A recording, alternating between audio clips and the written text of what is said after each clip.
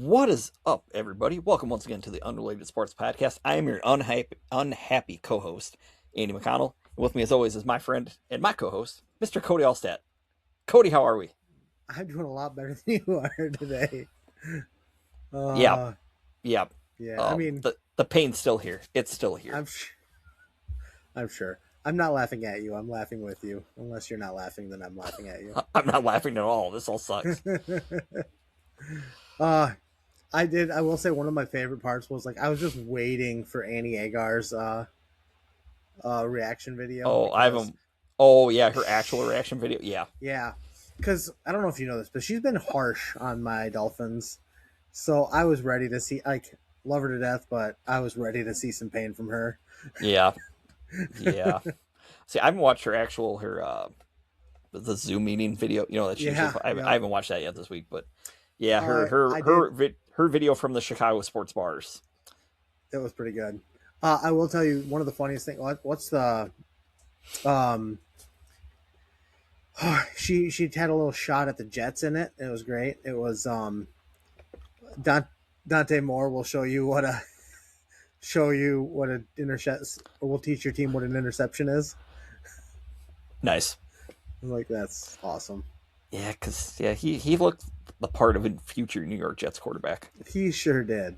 Yeah, but Cody, before we get into the football talk here, how was the rest of your weekend? Because obviously it was better than mine. So how was your weekend? I mean, I just watched some football. What did I? I don't even.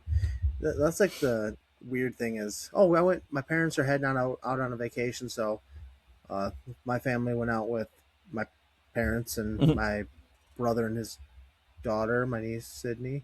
We all went out to eat some Chinese and walk on. It was fantastic. Nice. And we kind of just chilled at their house for a little bit and watched some foosball. Nice. So it was a pretty chill, relaxing weekend. I would much rather have my team in it, but it is kind of relaxing football watching with no stakes in the game, and it was great football if you don't have any stake in it. Yeah, especially of really good football. Especially now that you can just hate watch, basically.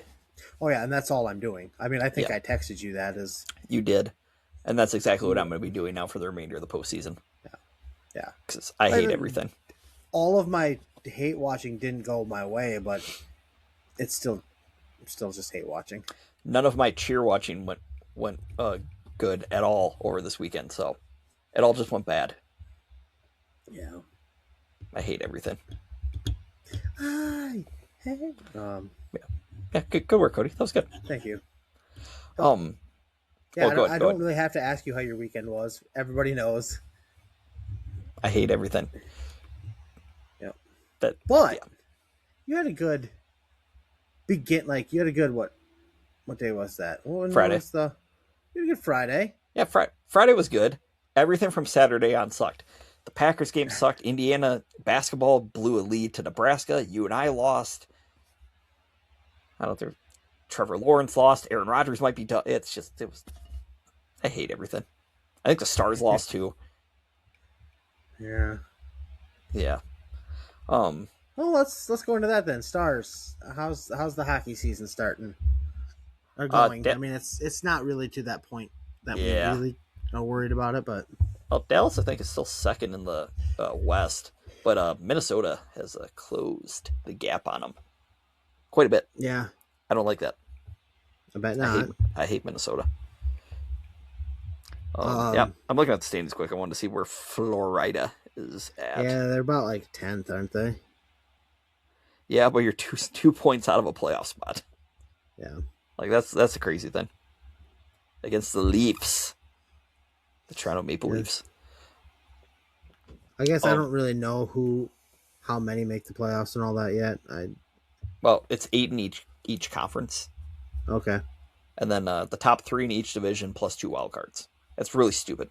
It is really, really, really stupid. Yeah, I did read that today. That it, literally by round 2, it's guaranteed that 2 of the best 3 teams in NHL would be gone. Yep. By. Yep. So absolutely stupid. No, Cody, Yeah, drift away. a little over halfway through the season, right? Yeah, we're not quite to the Olympic break. 'Cause I don't even know if they're having an All-Star game. I think they're just with the way how the Olympics are, the Winter Olympics. Holy cow! Wasn't it like a little over 100 kind of made the playoffs last year, or were somebody 100 points? Yeah. I think the Avalanche might make that. Holy shnikes! They're a wagon. Yeah, they're what we call a wagon. They are. Yeah. Wow. And Dallas is, if they beat Minnesota, probably in round 2, they're going to have to play them. Or in round 1, they're going to play Colorado in round 2. Just wonderful. Wow. I hate the Avs. Like I was saying, last year, like 7 or about 100. I feel like your eventual Stanley Cup champions were had 106, 107 points going into the postseason. Yeah. The Avalanche, not even halfway through the season yet, or just over halfway through the season, have 74 points to them. They have lost only 4 times in regulation. That's insane. Yeah. I hate them so much. If you can't tell, the theme of this episode is hate. I hate everything. Hey, actually, Cody, I lied. There's one thing that I actually do not hate. Brooksy is coming back to the PGA Tour. I love that. I'm really happy. I hope more people. I mean, obviously, we saw news today that. It was today that Homa and no, not Homa. Who was it? Rahm, DeChambeau, and Cam Smith. Yes, are not coming back right now. Keyword, right, or words, right now. Yeah, I think it eventually. I think that LIV is run its course. It doesn't seem to have the. I mean, it never got the ratings. It doesn't have the pull that it did, I think. And now the Saudis are helping out the PGA with a little bit of the pay structure and stuff, I believe. Yeah, it's just a matter of time. Somebody basically said that, the PGA is now on the offensive, and they're trying to kill LIV as quickly as possible. They should. The funniest thing is that this new player returning program, or whatever they named it, it stretches from if you have won a major or the Players Championship from 2022 until now, you're allowed to come back, and that only qualifies for 4 guys: Brooks, Bryson, John Rahm, and Cam Smith. If they would have done it 1 year earlier, some guy who might or might not swing lefty, he would be available to come back. But it's almost like they did that on purpose. I wonder why. Yeah, because I could be wrong, but I believe a guy named Tiger is also part of this committee. Yeah, they don't seem to be the bestest of friends. No, they never really have been. No. But yeah, big win though for the PGA Tour getting Brooks back, especially for so he'll be back at Torrey Pines at the end of the month, and then he'll be back, or then he'll play the following week. I think it's the following week at the Waste Management Phoenix Open. Nice. I think it'll be good for him mentally too. I think just from the last couple seasons, I think not being in the PGA took a strain out of him. I think it did too. Well, and I think it's just. I mean, we both thought that, going to LIV he was about the only one that made sense for, just in terms of how he prepared for majors and everything. But I think that's when he was fully healthy, in his prime. Not that Brooks is probably tail end of his prime now, but I think he's starting to learn that he actually needs to play competitive rounds to help himself now. Because he still only cares about the majors. I don't think he cares about the other stuff. Still, I don't think so either. But he still needs to be primed and ready to go. Playing 72 holes wasn't doing it, and playing team golf wasn't doing it. No, playing 54 holes. Sorry, before that. 54. I'm sorry. Yes, yep. 54. But ironically enough, 72. But now they are playing 72 holes. They are, but it's not competitive. No, it's not. And the music playing, there's I don't know. It's something it feels like if you and I were playing a tournament or just for our wider cup. Yep. Thank you. Yep. Look at us being 100%. On the same page. It's even the same book too. That's crazy. I know. I think I think Bryson's the ultimate. I think Rom eventually comes back. Cam Smith, I don't know. He might just not even care anymore. Yeah. But I think Bryson's the ultimate wild card because I also think Liv can promise him to become like a billionaire, and that might sway him to stay over there. Yeah, but like if he's the only one there, like yeah, like the only big name, like one with star power. Yeah. This is gonna be very well. I'm curious too. You know, people in the whole Brooks Bryson rivalry, we're starting to lean more toward Bryson the last couple of years. That is true. I wonder if that changes. It very much could. Because people do love themselves some Brooks. Especially competitive Brooks. Yeah, competitive Brooks, yes. And I don't know, maybe take the highlights out of his hair. I don't know if he has lately or not. Last time I looked, that was a weird look for him. Yeah, not a good look for old Brooks either. Oh, what are you looking at? Well, I was looking at our list of sports that we usually like. Okay. There was some racing news too that happened yesterday. NASCAR announced that they're changing their championship format. Oh, did they finally come out with it a month before the season starts? Yeah, only 30 yesterday when they did it 34 days to the Daytona 500. But yes, they're not going back to the full season championship standing, like, you know, where it's whoever has the most points after 36 races is your champion, like 1 through 36. Yeah. They're going back to the chase. Like, so where everybody earns points the first through the 26 races. And then the final 10 races, they reseed the top 16 in points. And then it's whoever's the best driver after 10 races is your champion. So it's basically it's NASCAR's still own little championship hunt, but so they're kind of going back. It's better. It's better. I'd still would personally rather have. I'd rather the full season. Also, I might partly be bitter too though, because there were a few, like if they had done the full season championship, Jeff Gordon would have been a 7-time champ compared to Jimmy Johnson. Okay. So I will say, like, so a full season championship, like, yes, in the United States we are used to seeing a playoff form and like in our major sports. Mm-hmm. But I don't know if you know this, but like football is pretty popular in a lot of places, and they don't have the championship form that we do. They have a full season. Like the Premier League is all full season. Your whole season matters. Every game can matter. Basically, I can equivalent the NASCAR season. I mean, the chase will still carry. It will carry a lot more weight, but it's kind of like the PGA Tour with the FedEx Cup. Like, I mean, whoever wins the FedEx Cup, were they really the best? Like, do you consider them the champion golfer of the whole year? No, you don't. I mean, obviously, there's a few times when the best golfer does end up winning. Yes. The FedEx Cup, where it's like, okay, yeah, that guy was definitely the dude. But the way they do have the point structure, like when they reseed the drivers, so whoever's like first place in points after 26 races, they actually do have I don't want to call it like a bye, but I think it's about the equivalent of a bye. Like you see in football and stuff, like you get a little bit of they get like a 25-point advantage over second place. Okay.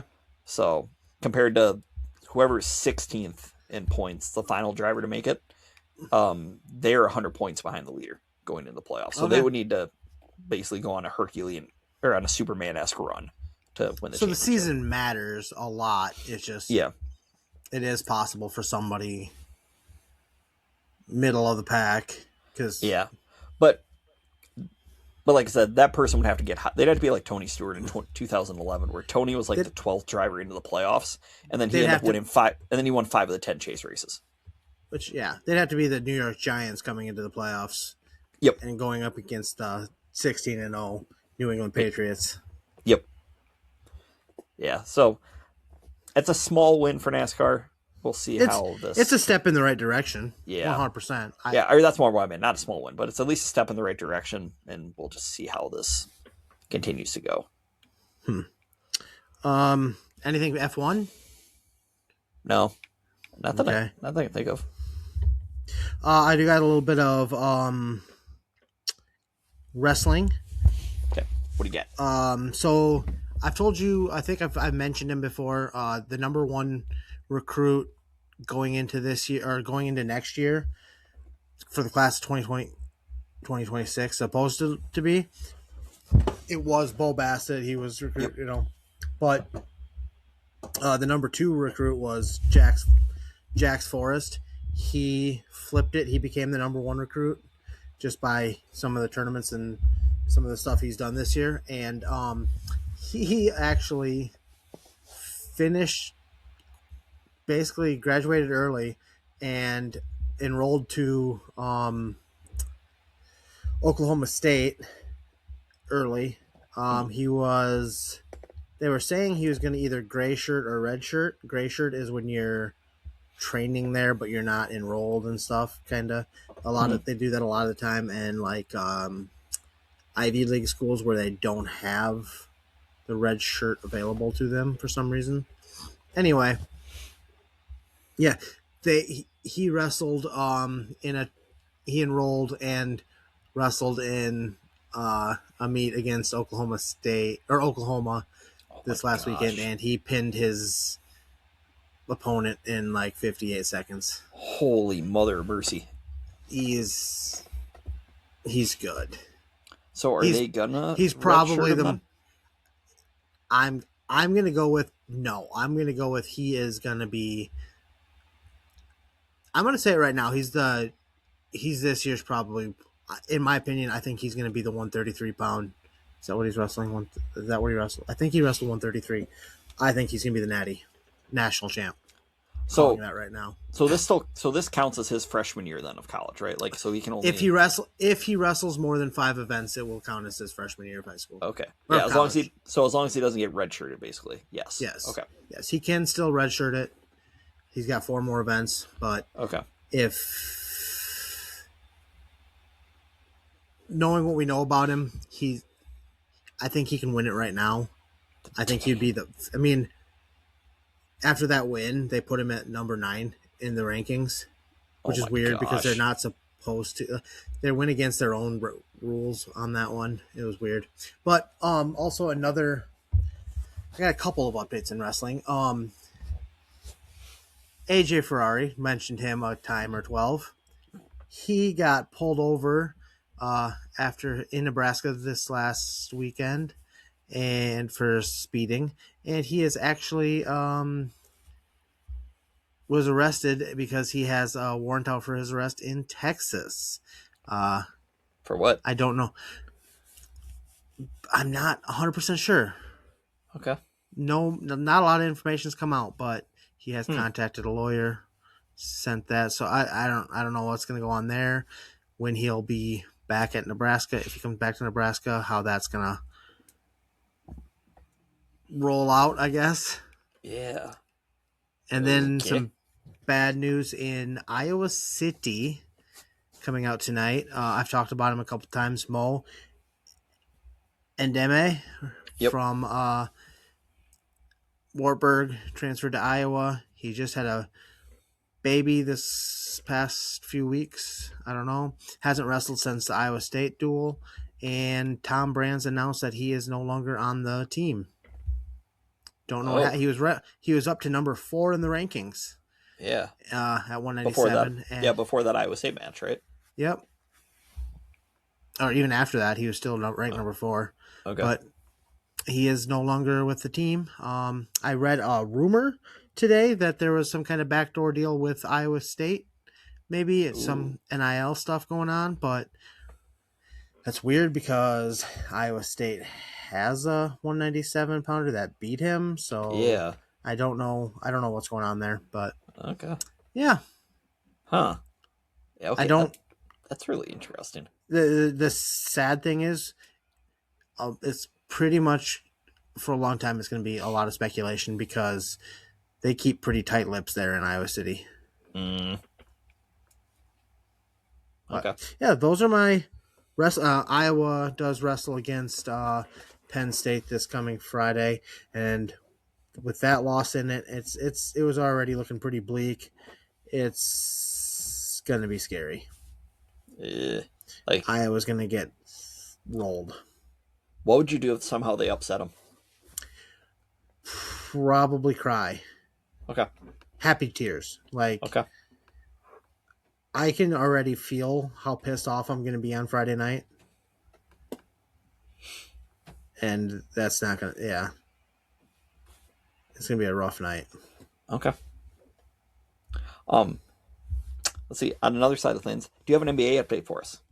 Oh, yeah. I saw something about LeBron James and basketball's stupid. I was gonna say, I thought you were actually gonna give us an update for a second. Go to you.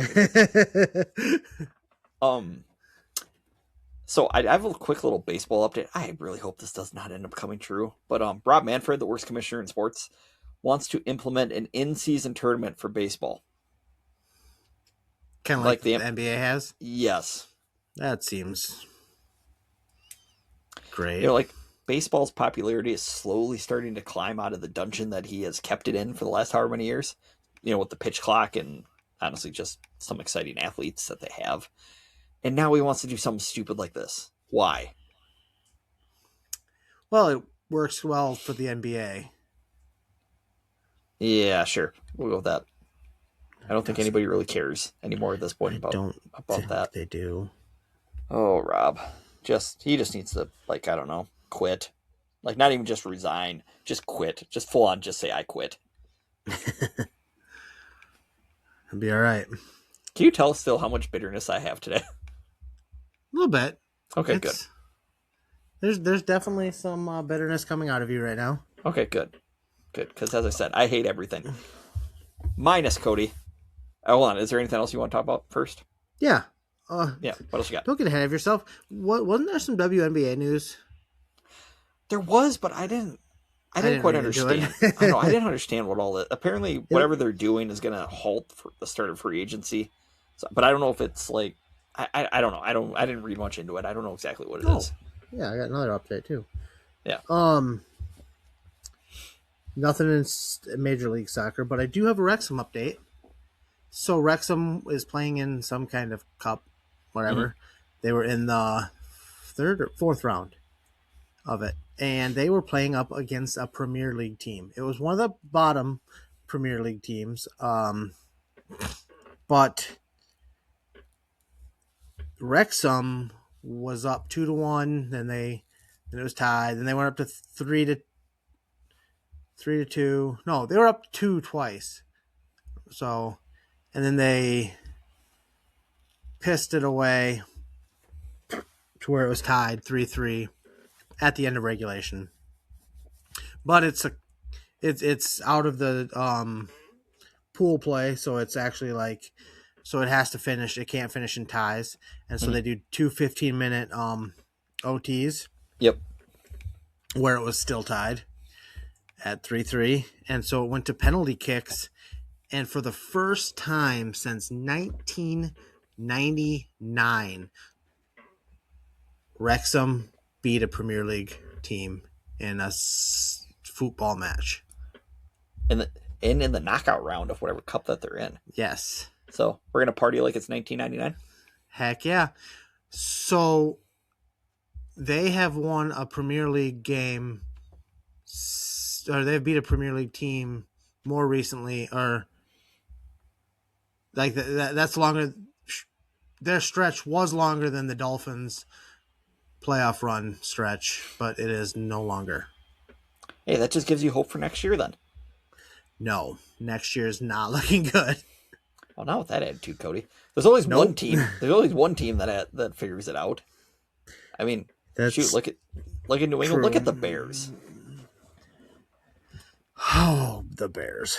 Yeah, nothing rugby. That's my only positive thing I'm going to say about the Bears. You got any college basketball news? Well, as we speak, undefeated number 2 Iowa State is in trouble at Fall Gallon against the unranked Kansas Jayhawks. They're down 23 with 6.5 minutes left. That's not a good start. No.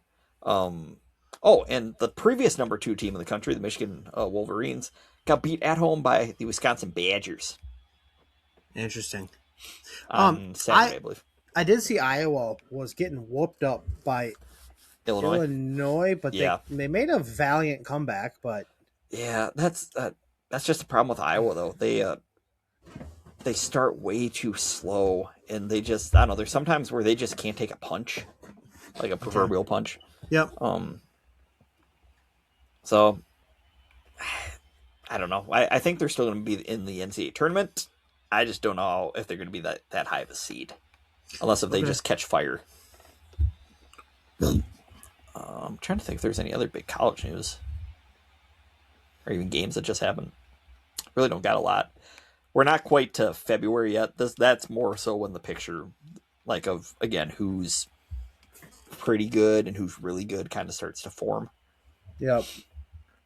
Because then, like, I mean, teams will be getting healthier or be, unfortunately, losing players too, like to injuries and stuff. So, yep.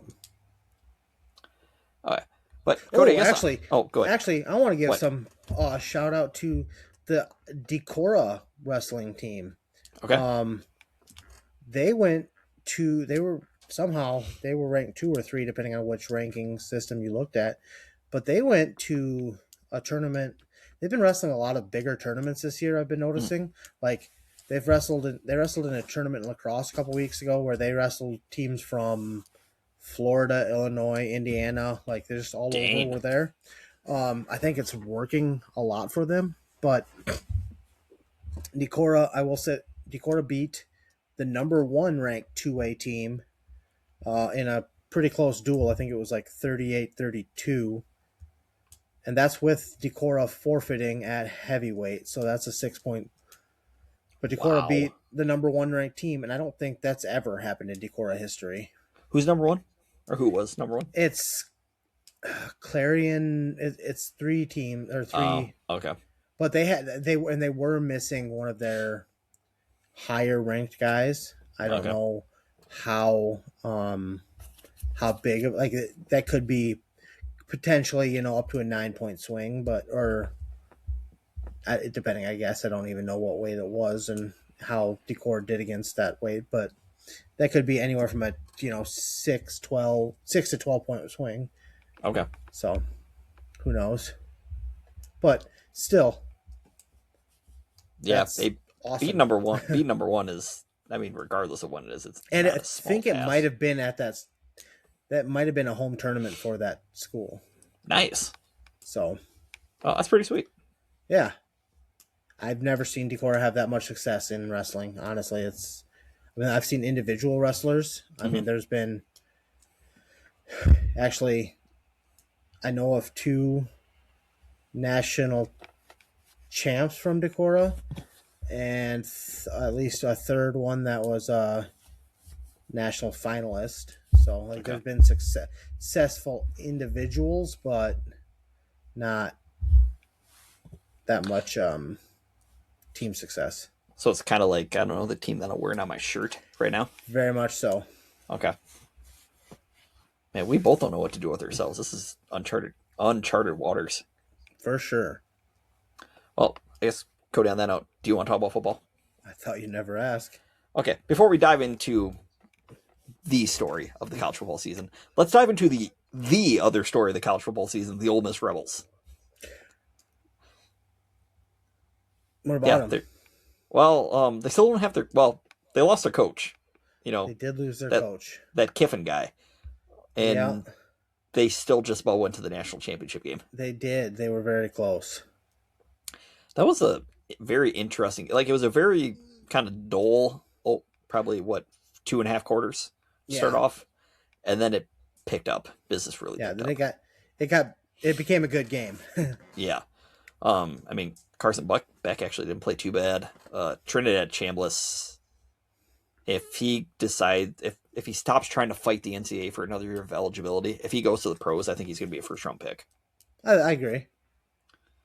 But he still just wants to keep trying to go back to college. Yeah, he's Van Wilder. Yeah. Or who's that? Oh. I'm serious, I don't know who that is. Oh my God, Andy. I'm sorry. Every time I start to gain a little respect for you, you go and... I was actually going to tell you a fun fact I just found out about that movie, but it was one of Ryan Reynolds' early movies, and it's just hilarious. Oh, okay. It's a National Lampoon's movie, but National Lampoon's Van Wilder. Okay. So good. Okay, I've never seen it. So. obviously. And I was going to tell you that actually was based on. I just found out that movie was loosely based on Bert Kreischer. Do Oh, you know who okay. Bert Kreischer is? I do know who that is.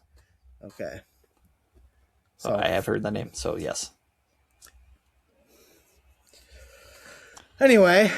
Well, anyway, so Miami and Ole Miss basically traded touchdowns at the end. Miami ends up winning. They're going to the Natty. And you know who they can thank? You know who they can thank for going to the Natty? CC? Yes, Miss Caitlin Clark. Now, everybody stay with us here on this. So, Caitlin's last year at Iowa, they dismantle LSU. And on LSU's team was the guard Haley Van Lith, who transferred from Louisville. Well, after getting completely torched by Caitlin and also having to work with the devil that is Kim Mulkey, Miss Van Lith wanted a change of scenery, so she transferred to TCU. At TCU was one of the Cavender twins, who were these big social media stars who just happened to play basketball. Well, since Van Lith was coming over to take her playing time, she decided to transfer back to Miami, where they were originally at. Yep. Well, and then her sister, who had retired, decided she was going to come out of retirement to go back and play with her sister at Miami. And I believe, I don't know which one, but one of the two sisters was dating Carson Beck. Yep. So because of that, Carson Beck, yeah, to Miami, yeah, to the U, and now they're playing for a Natty. They are, and just so you know that I believe Carson Beck and her are no longer together. Just he found some Latina woman there. Yeah, he might have been a bad boy, potentially. But yeah, so Miami. It all comes back to Caitlin. Yes, the whole world revolves around Caitlin. We all should know this by now. It's true. Now, Cody, who's Miami going to play for the Natty? A team that's going to lose their coach to the NFL. Can you imagine if he actually did leave? That'd be rough. The Indiana Hoosiers. I don't know if you can write a better story than the Indiana Hoosiers over the last 3 years. Not even 3, basically a year and a half. Well, at the end, was it 2 years ago that Cignetti came there? Yeah, but prior to last season, yeah. Right. So, 3 years ago, their season ends. Oh, yeah, they fired Tom. New coach. Yeah, they fired Tom Allen. They hired Cignetti, and we are just cooking. So maybe if you just listen to me instead of trying to fight with me, Andy. God. I told you, I'm still just bitter. I'm willing to fight on anything today. You know what the funny thing is? So D'Angelo Pons has the pick 6 to start the Peach Bowl, and then Oregon comes down and scores a touchdown on their subsequent drive. And my first thoughts are, oh my gosh, this is gonna be just like the Bears-Niners game, like to a T. Well, then it didn't. And then Indiana pulled away by a lot. And I still didn't feel good even when they were up 35-7 at halftime. I understand that. I really do, because you're just afraid of a team letting off. We might talk about that later. We're definitely going to talk about that later. But, yeah, and then even when they're up 42-7, I'm thinking, okay, I'm feeling a little bit better, but still not good. Because then Oregon comes down and scores, and they get a 2-point conversion. And then Indiana goes, I think, 3 did we go 3 and out? Or no, I think we still came down and scored a touchdown. But then we forced Oregon to have a 3 and out. We blocked a punt, scored on that next drive, and then when they were up 40, it was like, okay, I can breathe now. Yeah. I think you're pretty safe. Yeah. But after watching what I watched 3 weeks ago and then end up watching what I watched the next night, there's a reason why I was still in panic mode until it finally wasn't. But before we go to the NFL too much, though, like, national championship coming up. It's in South Beach. It is in South Beach. It's in at University of Miami's home turf. Yep. Number 10 ranked. It's weird that looking like, just if you'd have ever thought about it and thought the University of Miami is playing Indiana in a national championship game, you're thinking, okay, what kind of Cinderella story is Indiana on? No. No. They're Cinder- they're more the juggernaut powerhouse. right now. Yeah, we're the powerhouse right now. It is the U barely getting into the playoffs. Yeah, and then Indiana's just steamrolling people left and right. Minus Penn State and Iowa and Ohio State, which those 3 games are the reason that still gives me a little concern, because those teams were able to shut down Indiana on the ground, and Miami's pretty physical up front. They are, but hopefully IU can make Carson Beck very miserable, and I mean he can't see straight to begin with, so that's just harsh, Andy. I don't care. I told you I hate everything today. I don't care. I mean, he looks like Sid from Ice Age. He does. He's one ugly. The only person that I've ever seen that might be uglier in reality is maybe Lamar. Yeah. Lamar is one ugly son of a gun. Yeah. So, what's your prediction for Monday night at Hard Rock?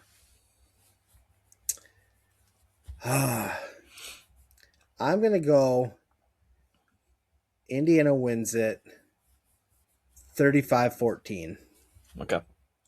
Well, I was wrong with my prediction for the Oregon game because I thought it'd be like 21-17. I thought it'd be low scoring. Indiana hit the over by themselves. They sure did. I don't know. I'm too scared to make a prediction. I can't do it. I just think Indiana wins and covers. That's it. What is the... Now it's 8.5. Your boy got it at 7.5 when it initially opened. Okay. I did see a funny comment though. Somebody said that they hope Signetti sees Michael Irvin like Apollo Creed, like just all decked out in Miami gear, and Signetti goes all Drago on him and goes, "If he dies, he dies." I could see it. Yeah, that boy. Signetti he never looks happy. He never looks happy. He just looks like he's meant to coach football though. Yep. No, that is true. I mean, he's from the Nick Saban coaching tree, so yeah, that's a pretty good tree to be a part of. It is. Let's see. Any other college stuff you want to touch on? Not really. Okay. Just one last thing, I guess, just about this game. I think this was Mendoza's 5th or 6th game where he had more touchdowns than incompletions. That's a crazy stat. And actually, I did see one more funny stat. You know, Indiana actually, they gave up a touchdown to Old Dominion on the first play of the game. Like their first game of the year. So they were down 7-0 early. And then after that, it's been just a runaway freight train. Wow. Yeah. I thought it was... Cody, they've been a team. The video game is almost alive. It's almost became reality. They have to win the net. Actually, no. If they want to copy me from my national championship, you don't want to see that, Andy. They're going to lose on a game when they're going to lose on a game-winning touchdown as time expires. Yeah. If that happens, I don't want to see that. No, if that happens, we're probably not going to record the next day. I'm not going to be in a good place. I understand that. Huh. Yeah, I've already had so much heartbreak like sports-wise the last week. It's not good. Yeah. See, okay, let's go into the NFL. We'll touch on my team in a minute. I just got to ask you first, though. Would you rather be like how the Dolphins are, or would you rather be like how the Packers are, where you're in the postseason about once every 5 years? Okay. Packers, 100%. Okay. That's you are lucky to have the heartbreak that you do. Like, I know it hurts when it does, but it hurts a lot. But just being the laughingstock of the NFL all the freaking time, it gets so old. You like, I could never do it, but everyone's probably like, God, I wish I just picked somebody else. I wish I was a different team. You guys are one of the most successful organizations in the NFL. That is true. I was thinking about this when I was taking a shower, and I was just getting pissed off because, like, I was like, I know Andy's going to go on this diatribe about how poor, pathetic Packers and how they get, but just let me finish, and how they lose in the playoffs all the time. We haven't won a freaking playoff game in 25 years. It has not been this century. Get over yourself. Yes, you've had 3 good quarterbacks in a row, and two of them have only won one Super Bowl each. And the other Well, I don't one care hasn't about that yet. part. We have at least won Super Bowls. But we've had one of the greatest quarterbacks of all time, and he didn't do shit. So,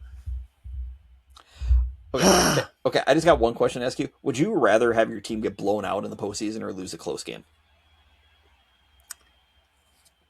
well, Dan Marino went out on a terrible loss. 63-7. Yep. I think I would rather it be close. At least you can, there's going to be the what ifs, but that's exactly why I would rather just get I felt so much better after when the Packers got blown up by the Niners and then by the Falcons in the 2019 and 2016 NFC Championship games compared to, I don't know, like the 2014 NFC Championship game.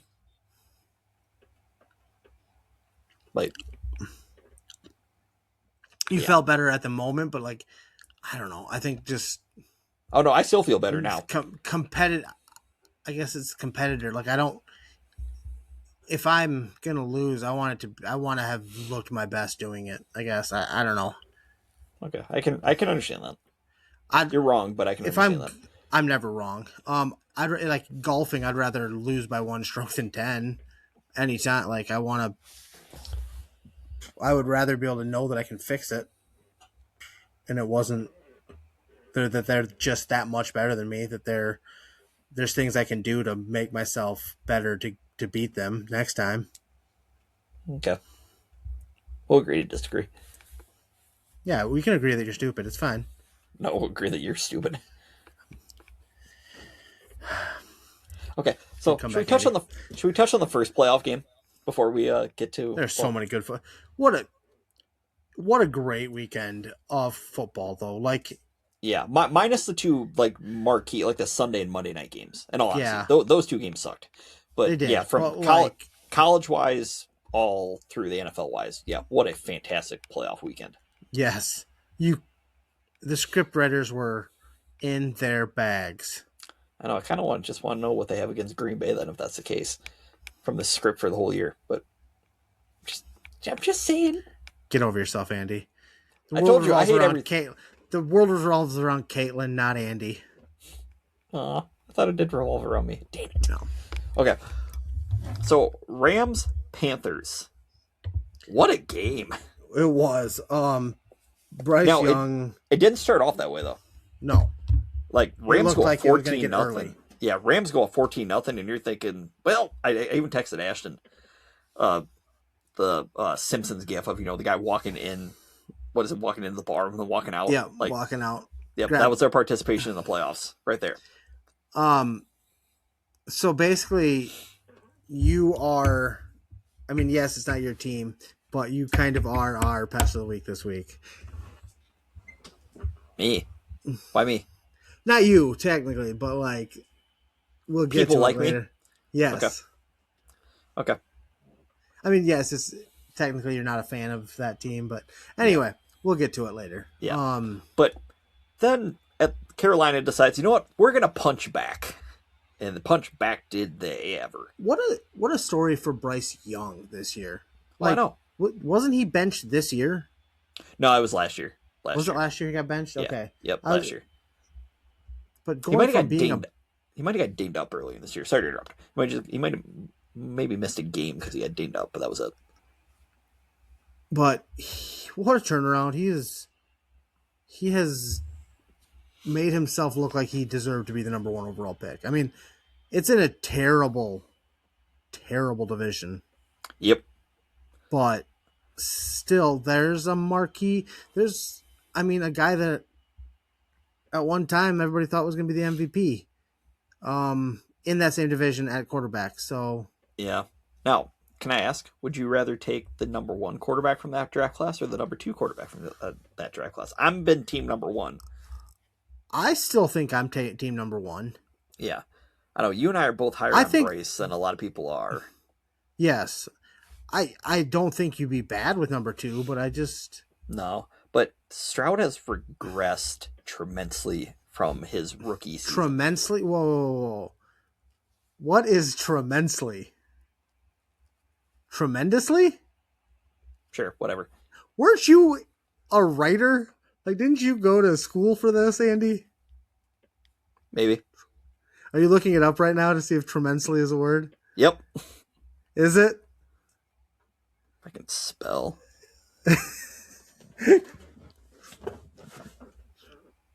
Yeah, no, tremendously. Why did I think it was tremendously? I don't know why I did. I'm going to use that as my... Thank you. I'm going to use that. Just go ahead. Just go ahead. My zip and zoom zinger is just making fun. I mean, it's not so much of a zinger as just making fun of you for whatever I can, but... I know. It's all good. It's all good. Let me come up with a Zip and Zoom zing. That was Zip and Zoom's Zinger of the Week. Brought to you by the boys at Zip and Zoobs, detailing where Reese and Ray like to trash talk, where they love to keep vehicles clean inside and out. They clean anything from side-by-sides and trucks and cars all the way to skid steers and tractors. They also love to support first responders, law enforcement, military, and veterans with a Patriot discount of 20% off their detail. Give Reese and Ray a call at 563-380-9772 and tell them that the boys at Unrelated sent you there with tremendously a lot of love. Thanks, Cody. Hey, just a quick little side note. I did see John Harbaugh is expected to interview with the Giants, Falcons, and Titans by this weekend. Those were the teams I was seeing that it's kind of down to. Okay. Interesting. Okay. I think a lot. I'm going to lean with the best job of those is the Falcons overall. Hands down. But I think if Atlanta Smart, they go after Stefanski. Well, we'll touch on that after we go back to the Falcons. I just saw that, so it's just interesting. But then Matt Stafford started throwing the ball to Puka a lot, started throwing it to Devontae a lot, and then is it Colby Parkinson or whoever who's their tight end? Colby or Kobe, something. Yeah. Anyway, but I don't know if you know, like, why were they throwing the ball so much? I don't know. He didn't look like he needed to work on that finger before he threw the ball again, and yeah, I think Sean McVay said he has a sprained index finger, I believe. You could tell he didn't want to throw the ball, and it was not working. No, because I saw people during that game were showing the whole MVP starting to slip away from Stafford, which I mean it shouldn't happen anyway because the MVP is a regular season award. 100%. Colby Parkinson, that is her tight end's name, but he had I think it ended up being the game winner that he had. Yes, that was a hell of a catch. Touchdown.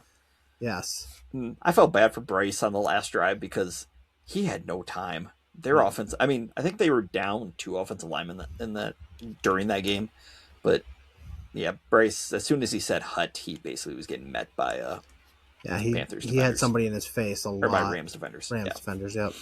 Yeah. It was ugly. So, it was.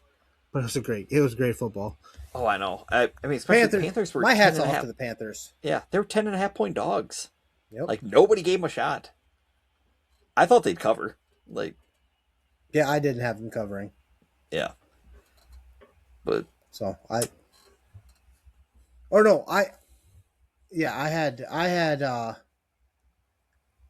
had the Rams covering the spread. You had that. Yeah, you had them win by a lot. Yes, I did. And early I was like, oh yeah, duh. Oh, I know. That's what I was thinking. Again, that's what I said too. And then, well, I was wrong.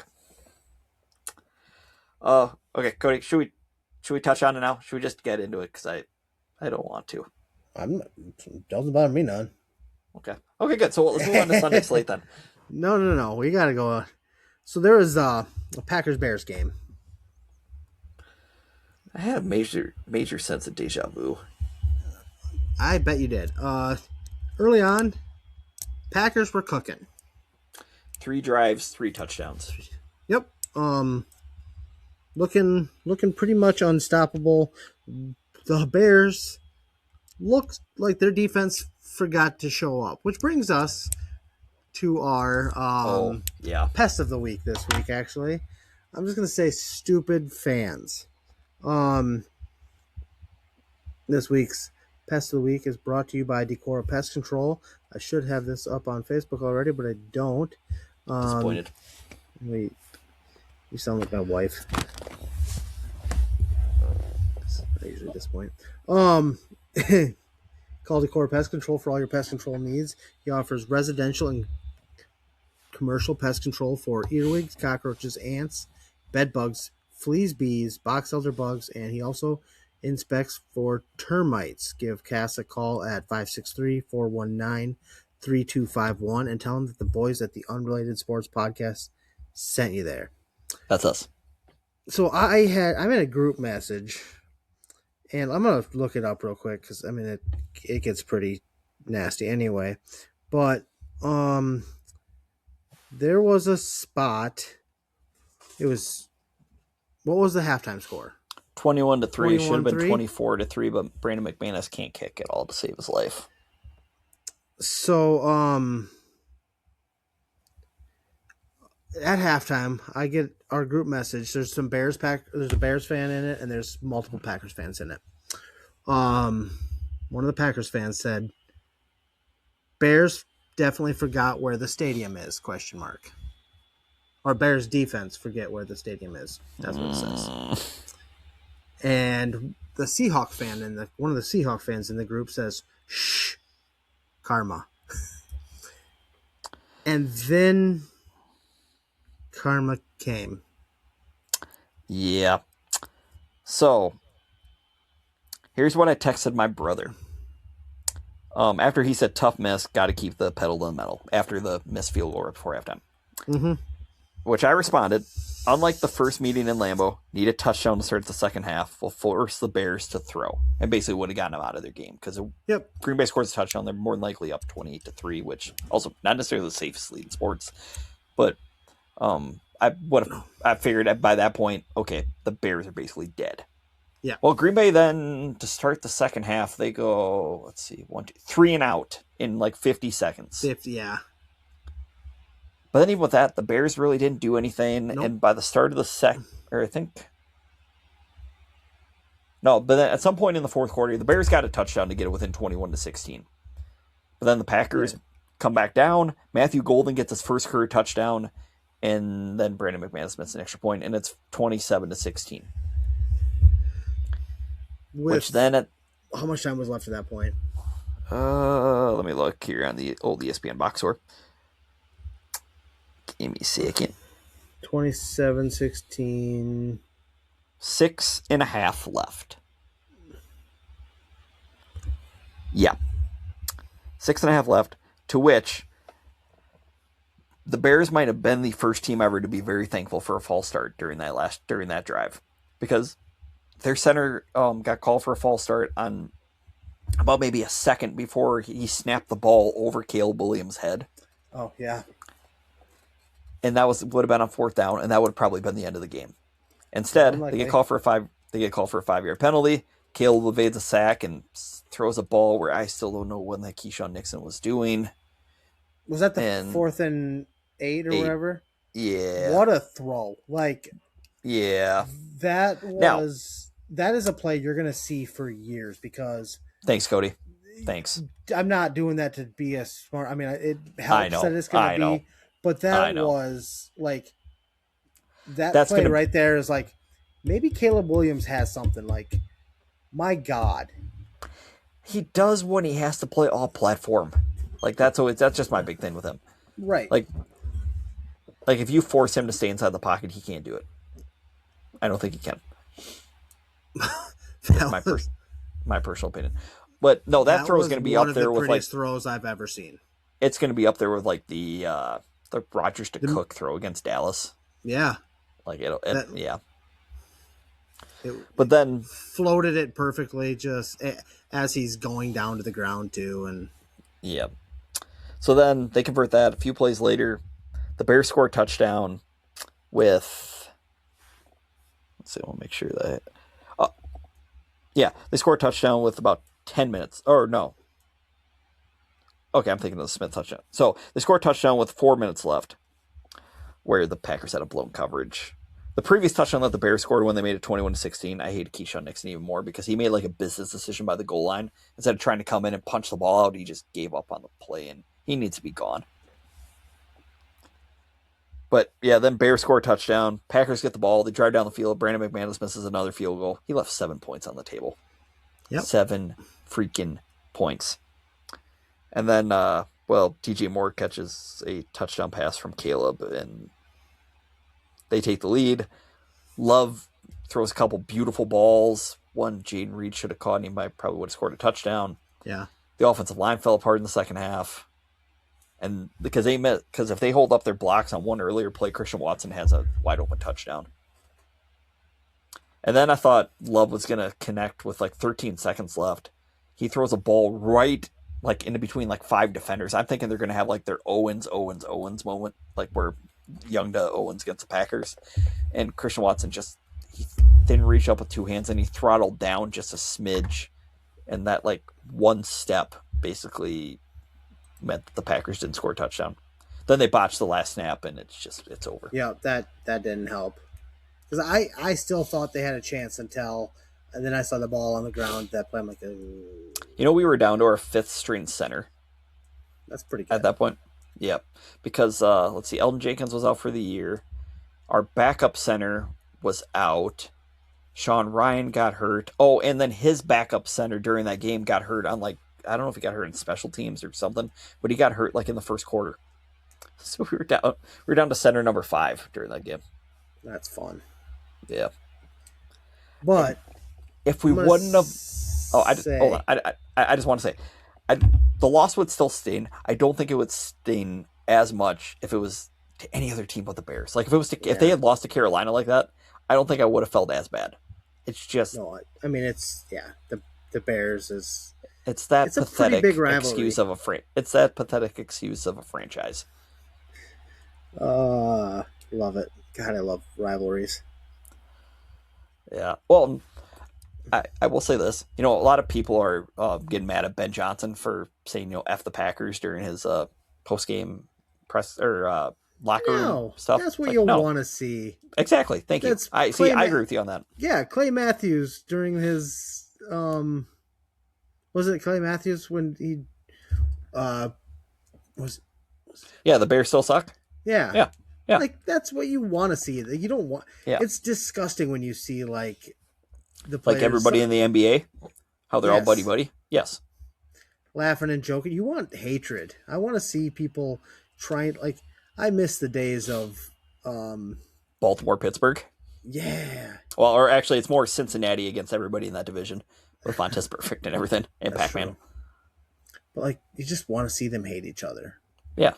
You can be buddies in the off season. I don't care. But on the field, that, I think that was a huge turning point for a lot of for the few Dolphins fans that were still on Team Tua, was seeing him chucking it up with Ramsey after the game. And it's just we just got throttled by you. And yeah, I think that peeved off a lot of people. Yeah. Oh, trust me, I can understand that. And I thought Love played a good game. He had a couple of questionable decisions, but if they complete that touchdown to Watson, he throws for 5 touchdowns. Yeah, I know. Yeah, he's only the 3rd quarterback in NFL history to throw 4 touchdowns, no interceptions, and lose. It's Josh, and who's the other one? I forget. I know the stat. Yeah, I know the stat. I just can't think of who the other guy is. Is it Breeze? No. Okay. Yeah, I can't remember. I do have one stat, and this is just why I think stuff fell apart for the Packers in the second half. So in the first half, they had 3 drives, 3 touchdowns. They ran 15 plays under center, 12 out of the shotgun. You know me, I've been a very big proponent of go under center, less out of the gun. The second half, they have a 3-score lead. They ran, prior to the final drive, they ran 5 plays under center, 24 out of the shotgun. Why? It's just I don't know. I don't understand what that whole coaching tree. Yep. It's so each of them had their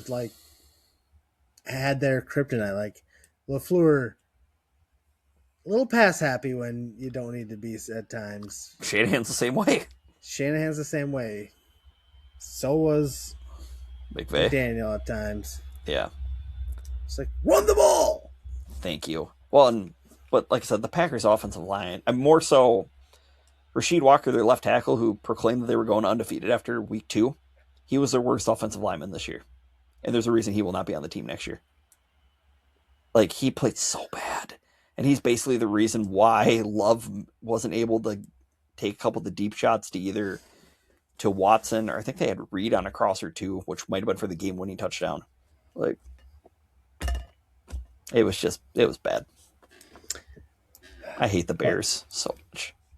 Well, speaking of teams we hate, I'll start talking about the Bills-Jaguars game. That was a weird game. It was a very weird game. Why did Jacksonville stop running the football? I don't know, because I don't know if you know this, but Bills cannot stop a nosebleed with. No, I don't. When they're between the tackles, they just get throttled. It was, yeah. Well, and then the Jags ran a read option on 4th and 2, which if Trevor's feet stay up just a little bit at the first down, but still such a stupid play call. Yeah.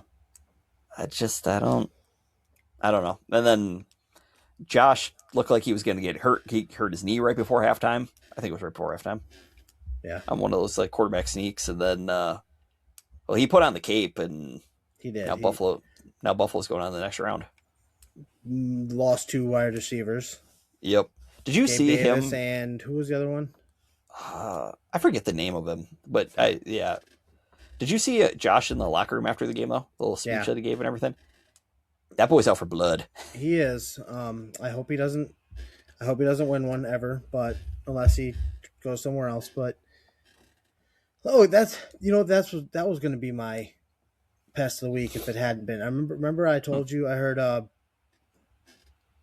Lions fan telling me that if it's not, since the Lions aren't in it, I wouldn't mind seeing the Bears win it all. Like, do you have it? Where's the hate?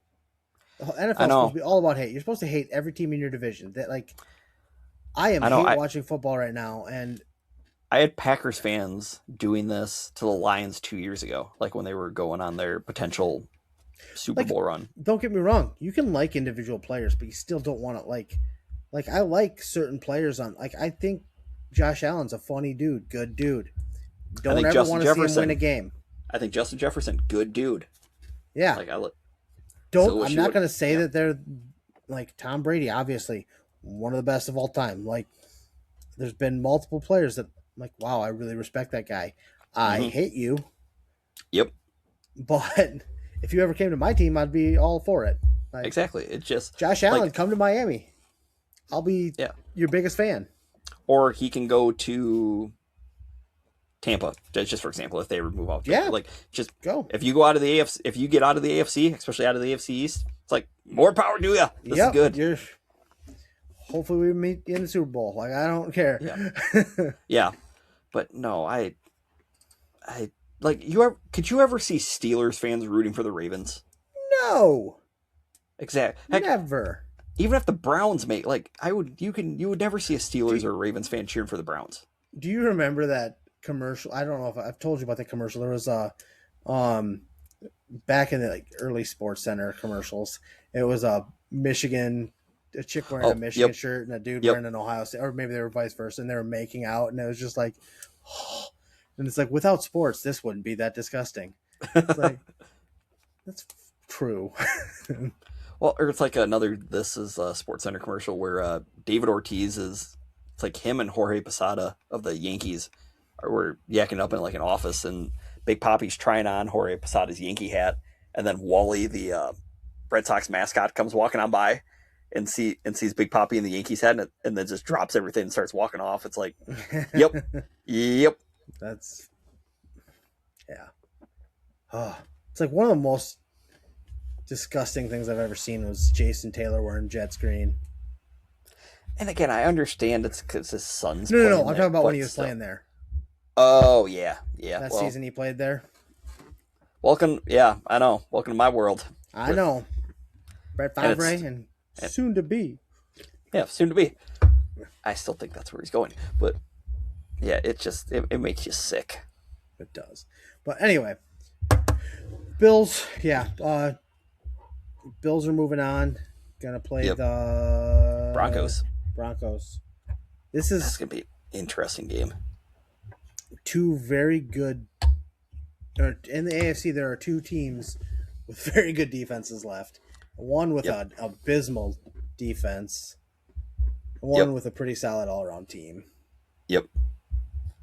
But the team with the abysmal defense, the one with the abysmal defense though has the best quarterback left. They do. Yeah. It's gonna be an interesting AFC. I mean, I'm hate watching. Like, I have an exact how I want the AFC's playoffs to go. Doesn't mean it's gonna go that way, but I want the Broncos and the Texans to win, and then Texans in the Super Bowl. What are you gonna do if it's Buffalo, New England to go to the Super Bowl? Hope for a meteor. Cry. It's gonna be kind of like the Seahawks Patriots Super Bowl of 2014. I would rather, if it comes down to that, I would rather see the Patriots make it, because I have dealt with that before. Mm-hmm. One of the main pieces of trash talk that I have to Bills fans is, you've never won a Super Bowl. Exactly. That's my big trump card over Vikings fans. Exactly. Like, yeah, you went to 4 in a row. How did you do in those? Wide right, wide right, wide right. Yep. And then beat down by Dallas. Yeah. Yeah. Well, again, it's like my ultimate trump card with Vikings of like, yeah, you guys might have even been to 4 Super Bowls, but you've never even held the lead once. Still my all-time favorite stat. Yep. So yeah, Bill. I mean, it was a great game, the Bills Jaguars game, but they need to eliminate the pushing of teammates. I hate that. Yes, I don't like it at all. Like, Josh Allen basically got carried 10 yards into the end zone. It used to be a thing. You couldn't push. I don't know why the Bush push, right from USC Notre Dame. Yep. Like, yeah, That's you're right. not. Yeah, I don't know why I don't know how that got switched, but yeah, you're right though. That they should outlaw that. Then there was the Niners Eagles, and I was gonna say, like, you were complaining about your Packers, which I get it. The Packers, like, they had some injuries. Oh yeah. Holy cow, the 49ers. I think you right now you probably just heard 3 players get put on IR tonight. I don't know. By the way, pour one out for George Kittle. Yeah. That made me sad. That made me really sad. That was hard to watch. He's not done, right? I don't know, man. That'd be hard not to be. He's 32, so he's going to miss a year 33. He'd be coming back if he's 34 off of an Achilles. That's tough. That's very tough. If anybody can do it, I'm pretty sure it's him. He's made a different stuff, but yeah. And plus, I don't think he'd want that to be the last play of his career. I think he'll try to come back at least. Which also, we'll get to that later too. Last play of your career. Oh. Okay, yeah. Yeah, he's made a different stuff, and I think the fact that, like, the owner was one of the first people to come and, like, check on him, that says something about the organization. Yeah, and then gave him a bottle of tequila. It's pretty sweet. Oh, George, never change. But now for the actual part of the game, I don't know how San Francisco. I mean, I don't know. That game was just weird because Philly didn't have a lot going offensively. No, minus didn't. I don't know, when they gave the ball to what's his name, Barkley, that guy. Yeah. It's kind of like San Francisco when they gave the ball to McCaffrey. Like, good stuff happens. That trick play was sweet. Yeah, it was. The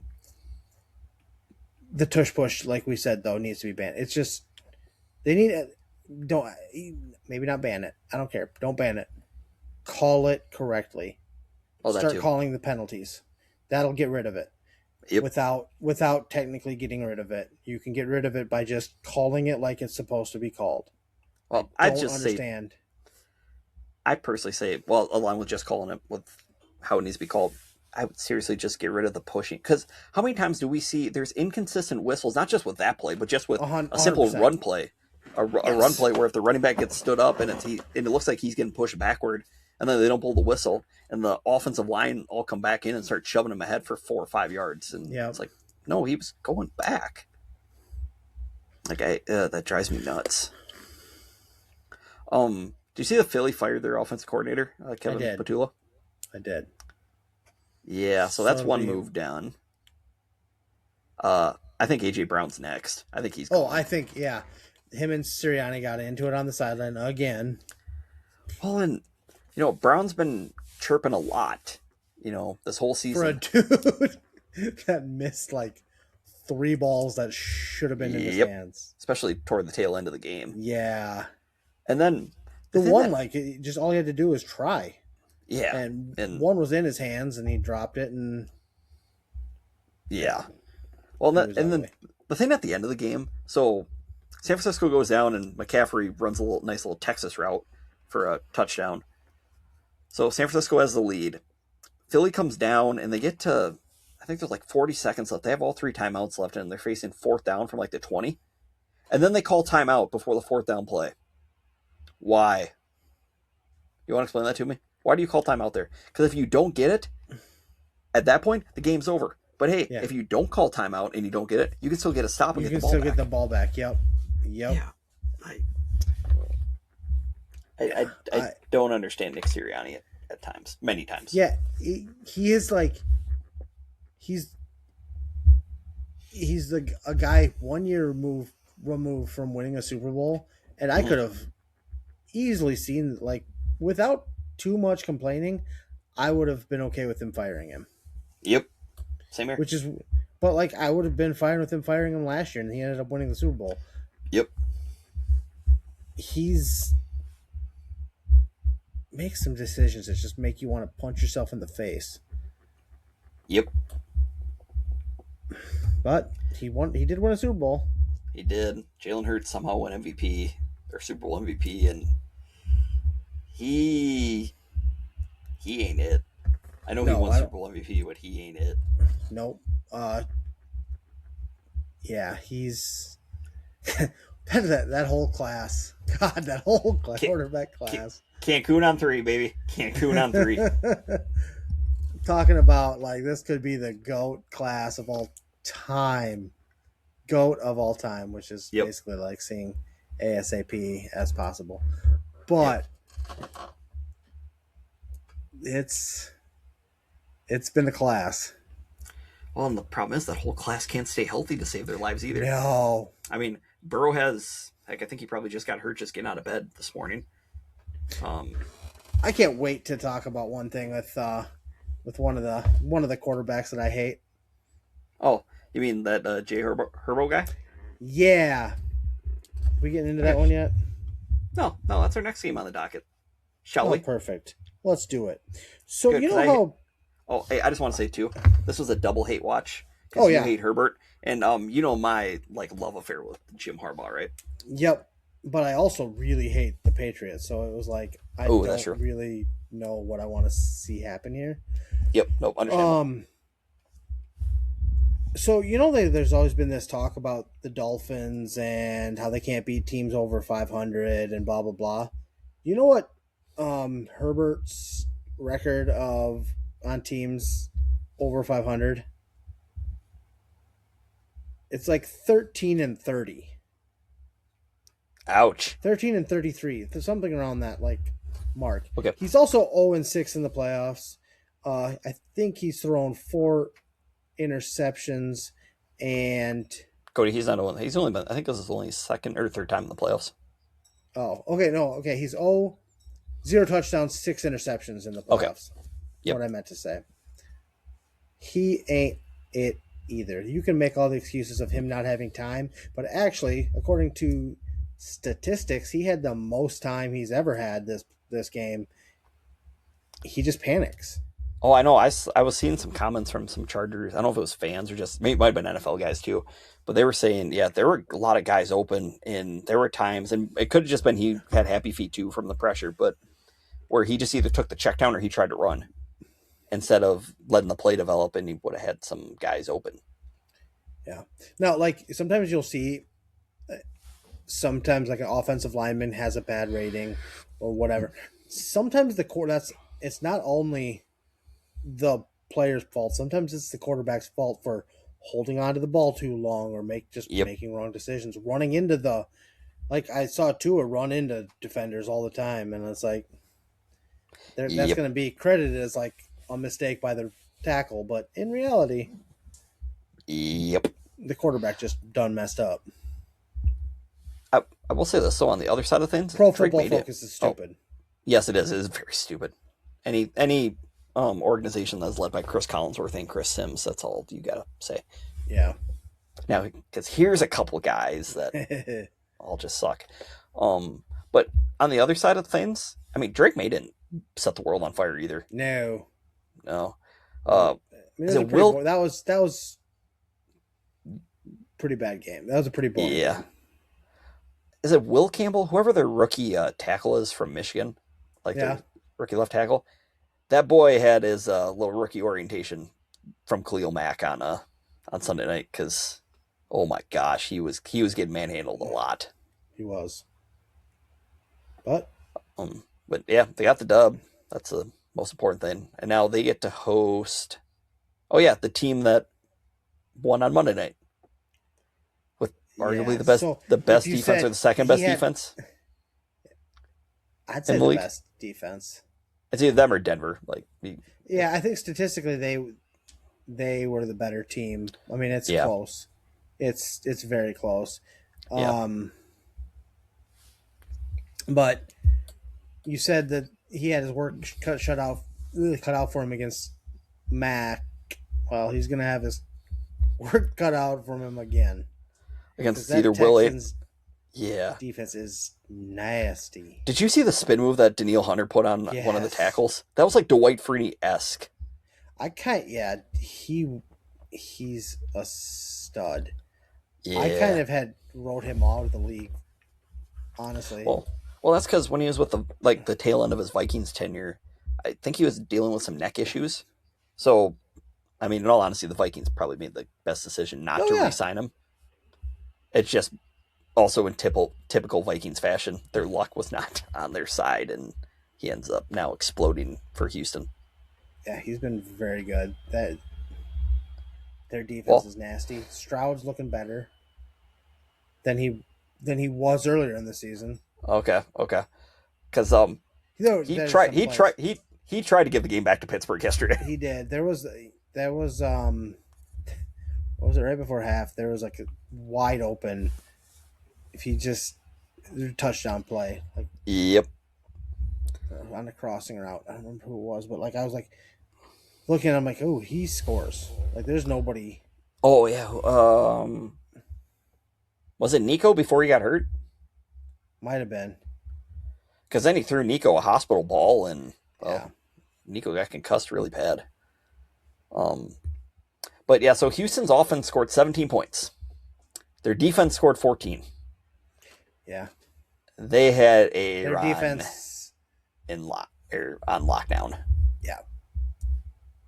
I saw one of my favorite comments I saw was somebody call ICE because a team from near the border is beating the crap out of an old man in Pittsburgh. Oh, that's funny. Oof. It was nasty. It was, but Pittsburgh started off the game 3-0, and you're thinking, oh, okay, Rodgers looks sharp. Rodgers and then he threw very sharp early. And then he threw the one ball to DK that Metcalf missed, just flat out missed, and then Rodgers didn't throw him the ball again until the fourth quarter. In typical Aaron Rodgers fashion. Yeah. I've seen the movie before. There's two ways to handle something like that. It's either you throw him the ball right away, again, to let him, or just pretend that they don't exist. Yep. And he chose the turns not out- exist part. Yeah, when he's your only real wide receiver, it's probably not the best choice. But then, like, the funny thing is, when they got, I think it was late third or early fourth, I think I told Dad, yeah, we're getting to bombs away territory now. That's all Rodgers will start taking this, starting to take deep shots. Taking deep shots. And that's what he started to do. And then the one time he kind of I think he actually threw a good ball to Calvin Austin, but Austin kind of like let up on the route. Might have gotten interfered with a little bit. But then the other time he had DK Metcalf wide open for a touchdown. Just when he got ready to wind up and throw, he got hit. Yep. And then Houston's defense is nasty. Yeah. And then potentially the last pass of his Hall of Fame career is a pick six. Yeah. I was wrong, by the way. Who else has done that? Well, I was wrong. I was going back and actually looking at the play-by-play from that Bears-Vikings game in 2010. Yeah. Favre's he did throw a pick during that game, but it was not his last pass. Okay. I mean, both of their last passes as Packers were picked off. Okay. I said yes. I against the Lions, Rodgers wasn't it? Yes. Was Yep. the Lions with Yep. kind of neither team was playing for anything, but like Oh no, both teams were. No. They were playing for. no, the Lions had been eliminated before that game. Yeah, but the Packers, if they won, they were going to the playoffs. Packers were still playing for something. Yep. The Lions were playing to Keep the Packers out of the playoffs. Yeah, and they did. They did. I hate that team so much too. I do not like them either. I never want to see them in the Super Bowl. But I will say, after Saturday, or heck, I think this was maybe midday Sunday. It may have been after Sunday night. The only reason I would have been hoping that the Bears made the Super Bowl was for them to have to meet Rodgers again, and Rodgers to beat them one last time. Just to own them one last time. That was it. That ain't going to happen. No. Now I hope the Rams hang 100 on them. Okay, so 2 parts here from the Pittsburgh side of things. Number 1, is Rodgers done? I don't think that's I think there's too many variables on that still. Mm-hmm. I'm going to lean towards.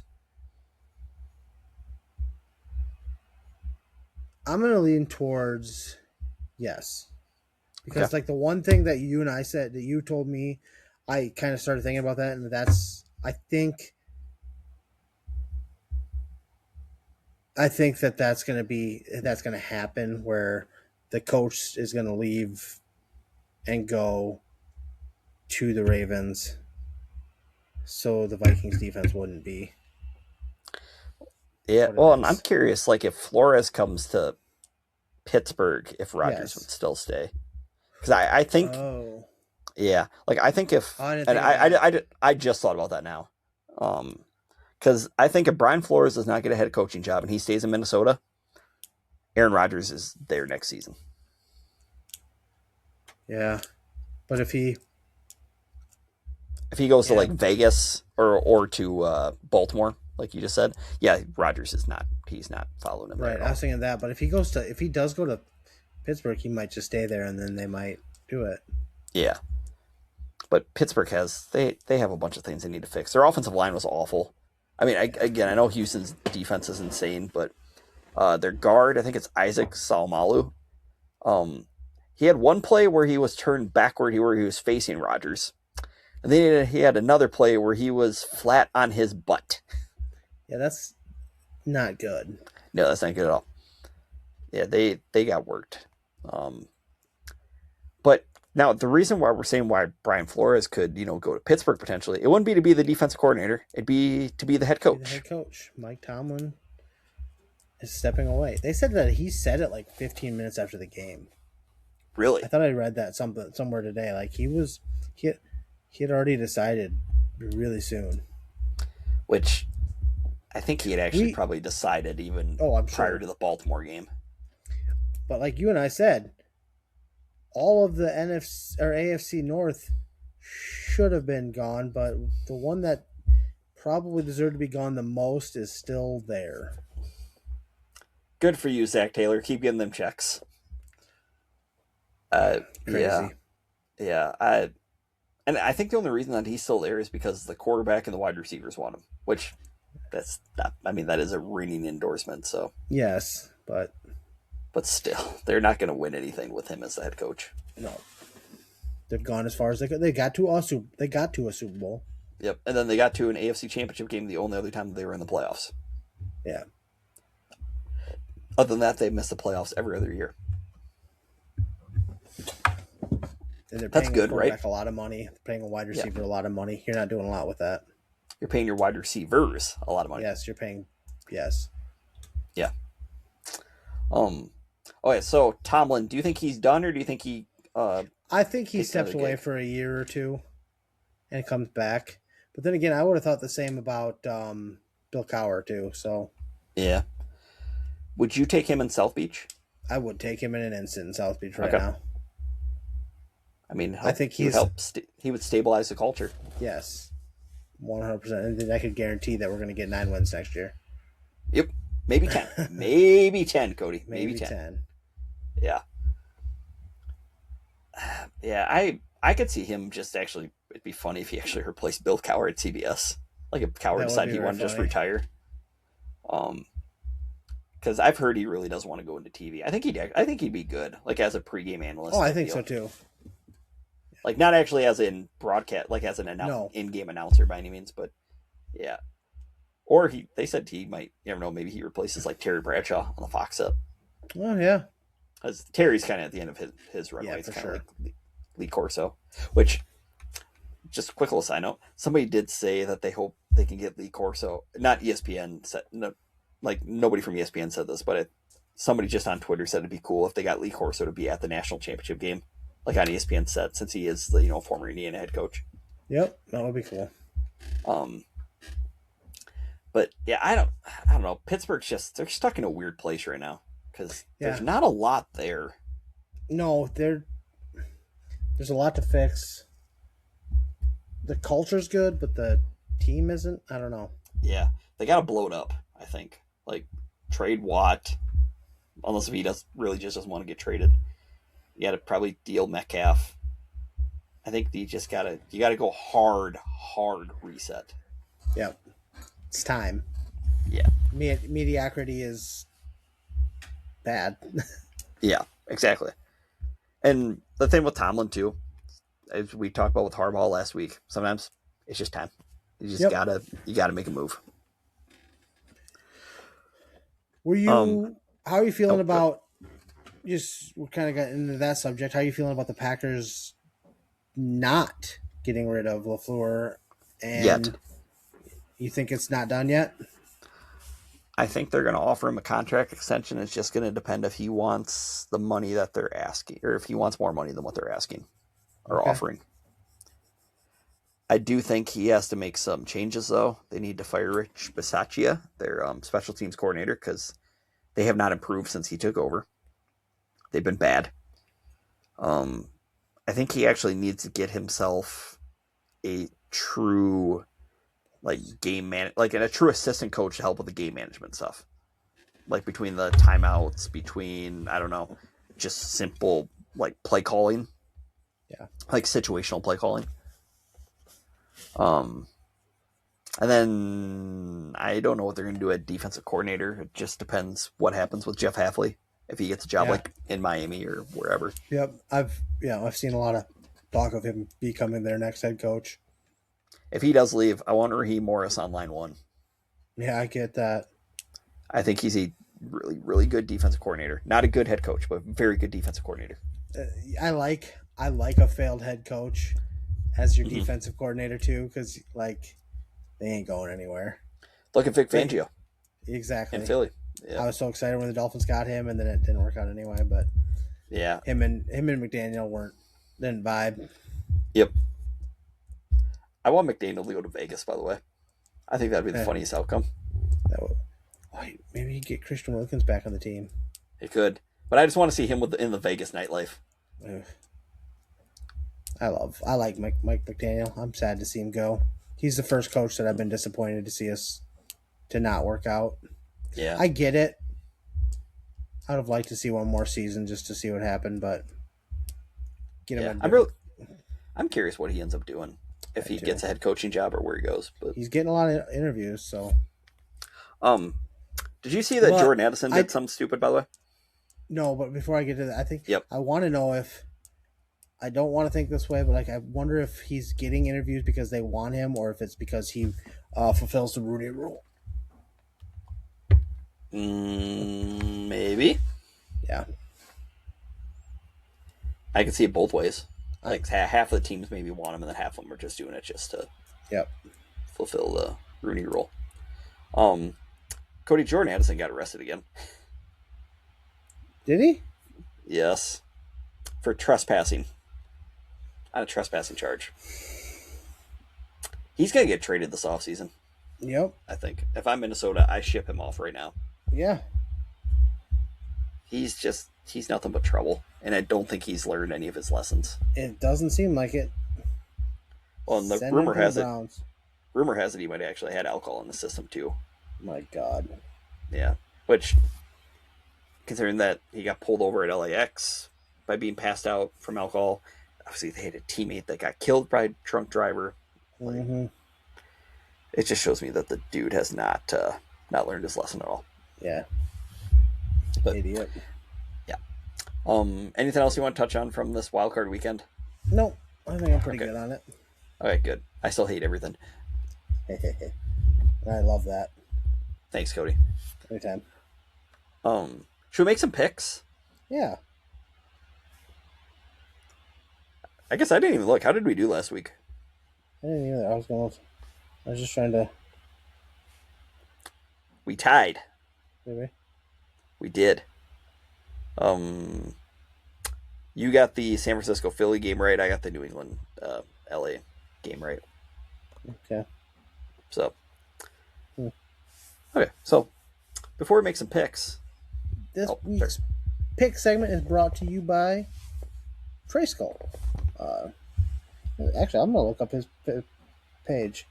I should have just done that before. I don't know why I never think of that, Andy. I know. I tried to kind of set it up. I tried to give you give you a little time to get ready for it. Anyway,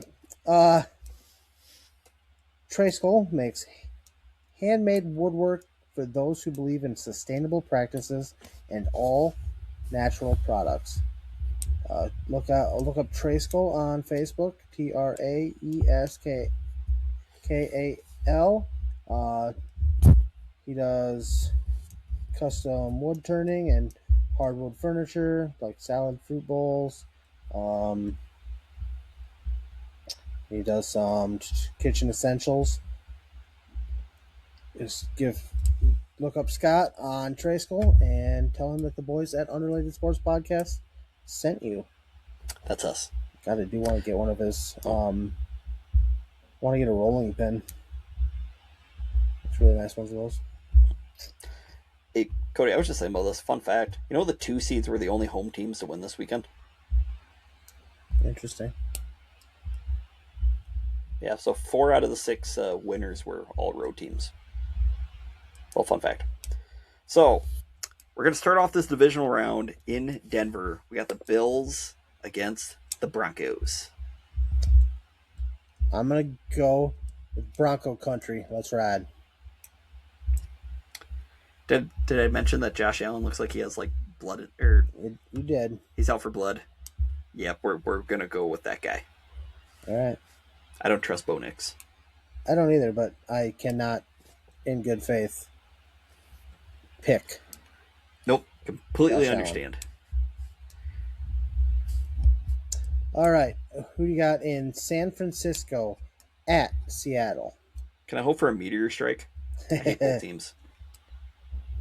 Let's see. They played what 2 weeks ago? Week 18. Yep. Right? Mm-hmm. Who won that game? The Sea Chickens. Cody, who's going to win this game?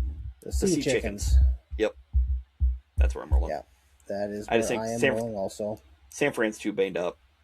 There's a chance, I think outside chance, they might get Fred Warner back. I think it's too little, too late though.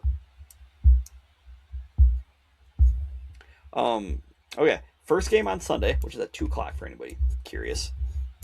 We got the Texans at the Patriots. Give me Houston, who I picked to go to the Super Bowl. So let's not picking outside of that. I had Jacksonville going to the Super Bowl. I know you did. After I had Baltimore going to the Super Bowl. I know you did. Houston, I hope I don't jinx you. We're going to roll with you. Houston, we have a problem. You know, if Houston and Buffalo win, though, Houston gets to host the AFC Championship game. That's true. That'd be insane. Okay. And then last game of the weekend. Buffalo, literally, they're the lowest seed left in the... Yep. Wow. In the playoffs. Or in the AFC side of things. AFC side. Yep. All right, then Rams. That's kind of funny. We both had to say our division's teams first. I know. The Rams at the Bears. Rams are going to hang 100 on the Bears. Devontae's going to go for 204 touchdowns. The Bears still suck. It's going to be the Rams. Yeah, I also have the Rams. I hate the Bears. Do you? Just a little bit. Did not know that about you. That stupid game. Football? Sorry, Cody. Yeah, it is stupid. I'm still bitter. I'm sorry. Well, what? It could be worse. How so? You could be a Dolphins fan. Could be a Jets fan. You were raised by a Jets fan. I know I was. That's why I know it could be worse. It's true. By the way, shout out, Dad. I still have not figured out where your drunk text was that I got on on Friday night after the Indiana game. That was funny. That is funny. That was very funny. Maybe you just have to get drunk and then try to read it and then see if you can figure it out. No, that's part of the reason why I don't drink then. I don't have to ever worry about that. Fair. I just make stupid mistakes all by myself already. So that's true. At least you don't have any jackass friends that would call you out on it. I have multiple that would. I did it on this episode. I know you did. Thanks, Cody. Anytime. So, you ready to wrap up this podcast? No, we got to do our... I know. That's what I mean. Oh, yeah. Then hell yeah. Okay. Should we do our top 5, sir? Let's do our top 5. Okay. So, before we actually tell you what our top 5 is, our top 5 is brought to you by the boys at Lick Tags. Lick Tags is servicing Northeast Iowa and Southeast Minnesota in lawn care, snow removal, power washing, and small engine repairs. Give the guys at Lick Tags a call at 563-203-4238 and tell them that the boys at the Unrelated Sports Podcast sent you there. Heck yeah. So, you might not know this, but it's actually kind of hard to decide. Probably the hardest thing we decide every week is what is going to be our top 5. Yep. But because we had 2 ideas tonight. One was I passed gas in front of my wife, and she suggested we do it on our top 5 favorite smells. I think I need more time to think about that, but my ass is definitely not top 5 favorite. So we decided to go with my other idea today. I was just thinking about the new Toy Story movie I've been hearing rumored. That's supposed to be like anti-iPad type of thing. It's more electronics. And started thinking about some of my favorite childhood toys that were not video games or electronic. I thought that'd be a good top 5. Top 5 favorite childhood toys. It is. The fun thing is, let's see if I can think of 5. Yeah, I hear you. I believe in myself. I believe in us, Cody. I think we can do it. I do too. So I'm gonna go pretty specific on some of it.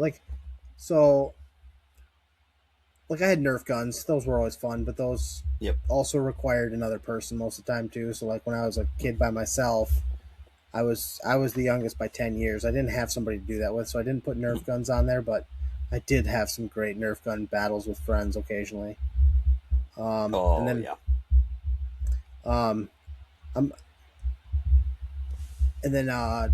one that I had that was I had Matchbox cars up the wazoo and NASCAR cars, but none were a specific one. I just had a lot of them, so those were a lot of my time in my childhood was playing with toy cars. Mhm.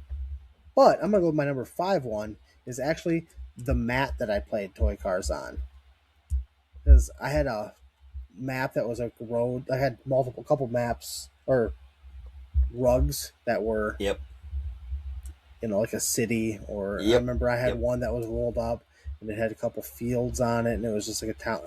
I played so much with that. I thought it was the coolest thing ever. Spent a lot of time kneeling on that mat. Nice. Okay, so my number 5, and I think this is going to be late. A variation of this is going to might be later on your list.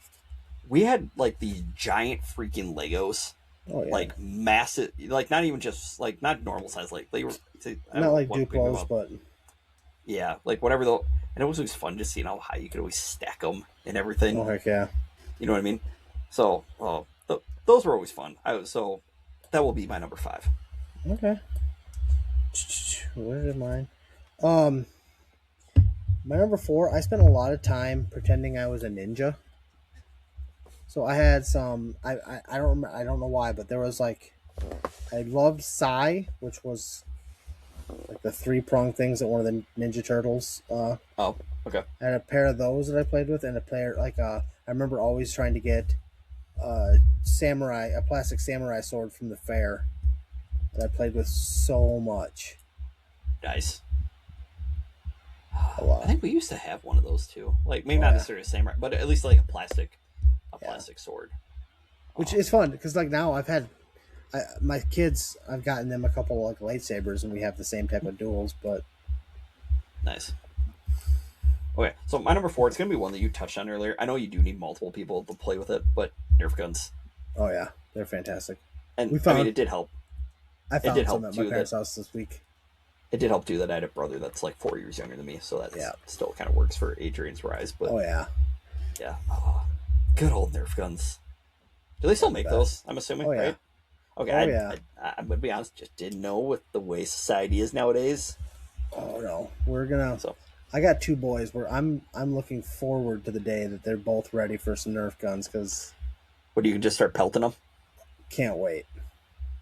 I found one at my parents' house this weekend actually, and I might have shot my daughter and son a couple times with them both. Okay. So, quick little side note question here: if you had to choose one, Nerf gun or Super Soaker, which one are you going with? I know they're 2 different things, but if you had to have one or the other, Nerf guns. Just because I can do it indoor and outdoor and all time of the year. Yeah. Only problem I did have a big problem with Nerf guns at my house was we had 3 small dogs, and they would eat the arrows if they were ever left on the ground for more than a minute. Yeah, no, that's understandable. The only problem with the Nerf guns too is sometimes you do when you fire the bullets or whatever sometimes you do lose those and you can't find them. I do. I don't know why. I can remember going to one of my dad's. Like, there's a classmate of mine that I wasn't really close with, but every once in a while I went to his house, and they had epic Nerf guns, and they had a big basement that we hid in, or we would turn on a strobe light and had big Nerf gun wars back then. It was awesome. They had like this one that was just a humongous, like, sent off a bomb, this giant little rocket that sent blasting through the room. That'd be awesome. It was fun. Never really liked the kids, but like, God, I did like when I went their places we could just beat the crap out of each other. Yep.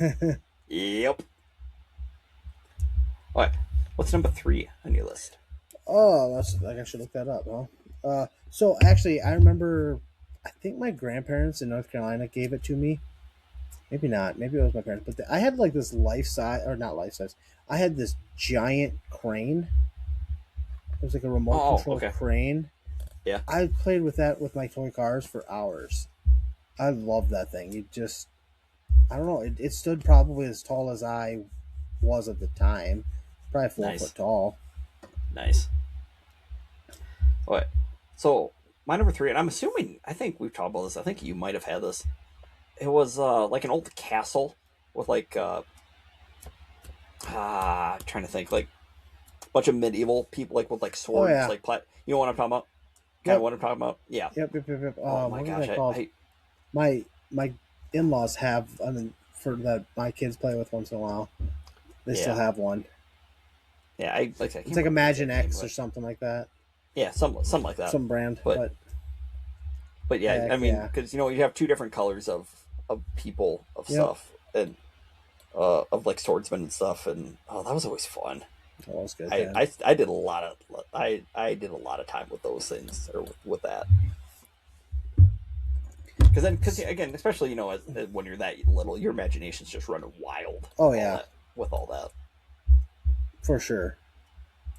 Imagination was the great. Just having a good imagination was the best part of it because I had a lot of cousins and we um, played with a lot of cops and robbers and all that type of Mhm. stuff. And I remember I had this. My number two was I remember having this blue Uzi. It looked like a Uzi Mm, gun. It was blue with a little orange cap, but it made like a sound whenever you pull the trigger. It was the coolest nice, thing.